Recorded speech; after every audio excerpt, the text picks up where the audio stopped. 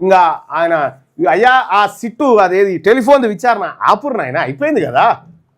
ఇప్పుడు ఆ బుజ్జావ కళ్ళల్లోకి ఆనందం కోసం హరీష్ను వాళ్ళ అన్నను వాళ్ళ ఇంకో అన్నను అందరిని తీసుకుపోయి విచారణ చేసిరు కదా. ఇంకేంది కవిత గారి కళ్ళల్లో ఆనందం కోసం గీళ్ళని తిప్పుతా ఉన్నారు.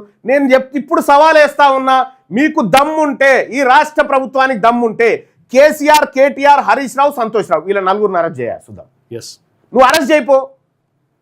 మీకు దమ్ము లేదు ఈ ప్రభుత్వానికి. ఇవేదో డ్రామా 42% రిజర్వేషన్లు తప్పిస్తందుకు కవిత కళ్ళల్లో ఆనందం కోసం మీరు చెల్లెని బాగా బెదిరిస్తున్నట్టుగా మిమ్మల్ని టెలిఫోన్ ట్యాపింగ్ కేసులో విచారణ చేస్తామని చెప్పి వాళ్ళని రాత్రి కూర్చున్నబెట్టుడు.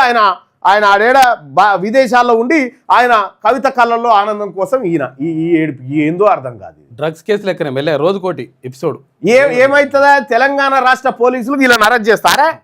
వీళ్ళని అరెస్ట్ చేసే దమ్మని ఉందా మీ దగ్గర? ఇదంతా ఉత్తదే ప్రజలారా. మళ్ళీ 42% రిజర్వేషన్ వార్తలు పక్కదారి పట్టడానికి, అది అసలు చర్చ మీద లేకుండడానికి ఈ టెలిఫోన్ డ్రామా, ఈ కథ కార్ఖాన్ అంతా ఇప్పుడే తెచ్చిపెట్టుకురు. ముందర అప్పుడే తెచ్చిపెట్టుకురు. కరెక్ట్గా మీరు చూడండి, ఇదే జరుగుతూ ఉంది. ఇది అంతా ఎవరు చేస్తా ఉన్నారు? రేవంత్ రెడ్డికి తెలుసు. వీళ్ళని అరెస్ట్ చేయడు, వీళ్ళతో లోపాయకార ఒప్పందం ఉంది, వాళ్ళ కాడ తీసుకోవాల్సిన పైసలన్నీ తీసుకున్నాడు, అయిపోయింది. ఇక ప్రజలు పిచ్చోళ్ళు. ఇక దానికి వీళ్ళు టెలిఫోన్ విచారణ హాజరైపోయి ఒక ఆయన ఇట్లా తిలకాలు తీసుకుంటాడు, ఒక ఆయన సంతోషంగా వస్తుంటాడు.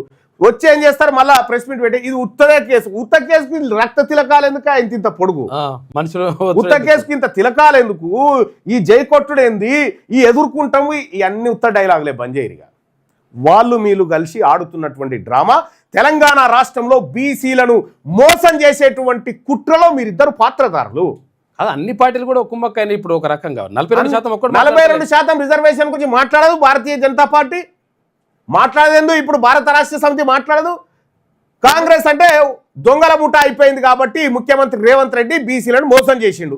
జానారెడ్డి, రేవంత్ రెడ్డి ఈ రెడ్లంతా కలిసి మోసం చేసిరు.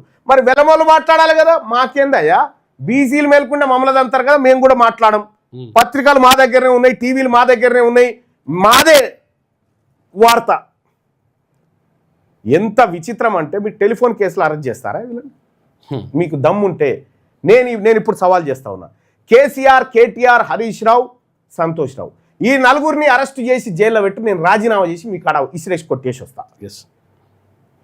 ఛాలెంజ్ పోయింది. కేవలం ఆ బుజ్జి బాధ పెడుతురని లేలే నేను వాళ్ళని జరావు చెంపదెబ్బ కొడతా తీసుకొస్తా, వాళ్ళని పోలీస్ స్టేషన్లో కూర్చుని పెట్టి తోలిస్తాను. ఇదే ఇంకా వార్తలు దాని చుట్టూ తిరగాలి. బీసీలకు ఇస్తాన 42% రిజర్వేషన్ అనేది మిస్టర్ మహేష్ కుమార్ గౌడ్ లేకుంటే నేను రానన్నావు కదా. ఏమైంది? పొన్నం ప్రభాకర్ గారు బీసీ మంత్రులు ఏమైంది? కొండా సురేఖ గారు రాజీనామా ఏది? వాకిడి శ్రీహరి గారు ఏమైంది? 42% రిజర్వేషన్ ఏది బీసీలది? 20 మంది ఎమ్మెల్యేలు ఉన్నారు కదా బీసీలు. ఏది మీ రిజర్వేషన్? ఏది 42% రిజర్వేషన్? ఏది పార్టీ టికెట్ ఏమే, పీటీ టికెట్ ఏమే? అది మీకు పదవులు ఉంటే చాలా. బీసీలకు ఉండొద్దా? బీసీలకు రావద్దా? బీసీలకు ప్రధాన శత్రువులుగా మీరే ఉన్నారు. మీరు రేపు పొద్దుగాలు వస్తారు కదా మళ్ళీ ప్రజాక్షేత్రంలోకి మాకు ఓట్లేయరని. అంటే మిమ్మల్ని పెద్దగా ఏం ఎదగనియరు, మిమ్మల్ని ఏం రిపీట్ చేయరు. కానీ మీకేం మళ్ళీ రెన్యువల్ చేసి టికెట్లు ఇస్తారని పొరపాటు అట్లేమి ఇయ్యరు. కానీ మీరు గుర్తుపెట్టుకోండి, మీరు ద్రోహులుగా మారుతా ఉన్నారు. బీసీ ప్రజల ఓట్లతో గెలిచి బీసీ ప్రజలకు అన్యాయం జరుగుతుంటే మాట్లాడనటువంటి వాళ్ళు ఎవరైనా ఉన్నారో, బీసీ ఎమ్మెల్యేలు కానీ బీసీ మంత్రులు కానీ, మీరు సమాధానం చెప్పాలి. 42% ఎందుకు ఇయ్యలేకపోయినామో చెప్పు ఫస్ట్. ప్రజాక్షేత్రంలోకి వచ్చి ఇచ్చిన తర్వాతనే వస్తామని చెప్పారు కదా. దొంగ ముఖ్యమంత్రి దొంగతనంగా దాచుకొని నోటిఫికేషన్ ఇప్పించింది కదా. ఇప్పుడు దీనికి సమాధానం చెప్పాలి కదా. ఇప్పుడు గుర్తుపెట్టుకోండి, మీరు బీసీలను ఎంత అవమానిస్తున్నారో అంత ఎక్కువ పాతాలని పోతారు మీరు.